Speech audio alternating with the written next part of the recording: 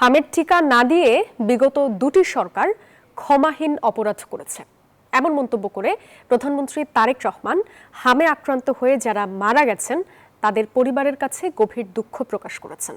শনিবার দুপুরে রাজধানীর ওসমানী স্মৃতি মিলনায়তনে স্বাস্থ্য ও পরিবার পরিকল্পনা কর্মকর্তাদের সম্মেলনে যোগ দেন তিনি। জানান, স্বাস্থ্য খাতে মোট জিডিপির 5% বরাদ্দের পরিকল্পনা করছে সরকার, আর 1 লাখ নতুন স্বাস্থ্যকর্মী নিয়োগের পরিকল্পনা করা হচ্ছে। ক্রাঞ্চি রোলের ভিতর চকলেট ক্রিমের filling, all time cream roll, মুখে দিতেই স্পেশাল ইনসাইড। স্থাপনার উপর পাওয়ারপয়েন্ট প্রেজেন্টেশন।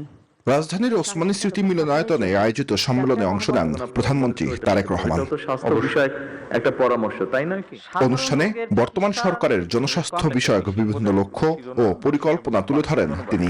জানান, বৈষম্যহীন উন্নত বাংলাদেশ গড়তে স্বাস্থ্যসেবাকে গ্রাম পর্যায়ে পৌঁছে দেয়াই সরকারের মূল লক্ষ্য।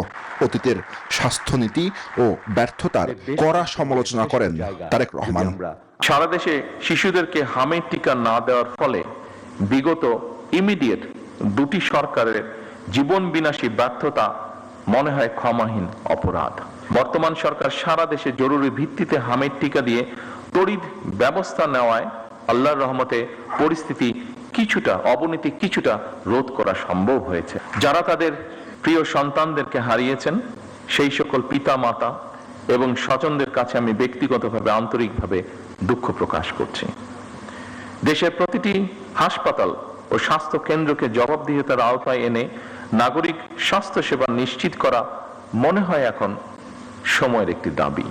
প্রধানমন্ত্রী জানান, সারা দেশে 1 লাখ স্বাস্থ্যকর্মী নিয়োগ দেওয়া হবে, যার মধ্যে 80% হবে নারী। এছাড়া জিডিপির 5% স্বাস্থ্য খাতে বরাদ্দ দেওয়া হবে বলেও জানান প্রধানমন্ত্রী। দেশের স্বাস্থ্য খাত নিয়ে বিএনপি সরকারের বিস্তারিত পরিকল্পনাও রয়েছে। এরই অংশ হিসেবে বর্তমান সরকার ক্রমান্বয়ে স্বাস্থ্য খাতে জিডিপির 5% বরাদ্দ দেওয়ার পরিকল্পনা গ্রহণ করেছে। শহর এবং গ্রাম অঞ্চলে স্বাস্থ্যসেবা প্রাপ্তির ক্ষেত্রে বৈষম্য দূর করা বর্তমান সরকারের অন্যতম একটি প্রায়োরিটি। ডাক্তারদের সুযোগ সুবিধা বৃদ্ধি ও তাদের নিরাপত্তা দিতে সরকার সব ধরনের ব্যবস্থা নেবে বলেও জানান প্রধানমন্ত্রী। এখন 34,200 জুবাইর সানি, নিউজ 24, ঢাকা।